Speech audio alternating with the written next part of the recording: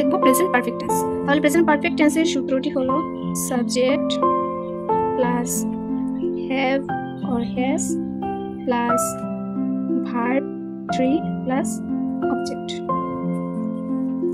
তাহলে এখানে দেখো সাবজেক্ট বলতে যে হি সি বা যে থাকবে সেই অনুযায়ী আমাদের কি হবে, হ্যাভ হবে বা হ্যাজ হবে। যদি আমরা ধরি হি ধরলে আমাদের কি হবে, হ্যাজ হবে। এখন যদি আমরা ধরি আই তাহলে হবে হ্যাভ।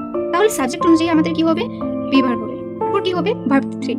ভার্ব 3 বলতে যেমন আছে ধরি গো, তারপর ভার্ব 2 কি ওয়েন্ট, এন্ড ভার্ব 3 কি গান।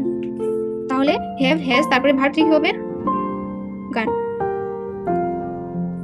তারপরে অবজেক্ট বলতে অবজেক্ট যে কোনো কিছু থাকবে, সেন্টেন্স অনুযায়ী যে অবজেক্ট থাকবে, মানে main verb, be verb and verb ছাড়া যে থাকবে তা হচ্ছে অবজেক্ট বসে যাবে। তাহলে আমরা নেক্সট দেখে নিই প্রেজেন্ট পারফেক্ট কন্টিনিউয়াস। এখন আমরা দেখব present perfect continuous tense. Present perfect continuous টেন্সের সূত্রটি হচ্ছে subject plus have or has plus been plus verb plus ING plus object. তাহলে দেখো এখানে সাবজেক্ট বলতে হি বা সি যা আছে বসে যাবে। সেই অনুযায়ী যে আগে আমি বলেছিলাম হি সঙ্গে হ্যাজ বসবে, আই সঙ্গে হ্যাভ বসবে, সেই রকম সাবজেক্ট অনুযায়ী বি ভার্ব বসে যাবে। সঙ্গে বসবে কি বিন বসবে, বিন বসার পরে বসবে ভার্ব, ভার্বের মেইন ফর্ম মানে ফার্স্ট ফর্ম বসবে, মেইন ফর্মের সঙ্গে কি হবে আইএনজি যুক্ত হবে, তারপর কি হবে অবজেক্ট বসবে।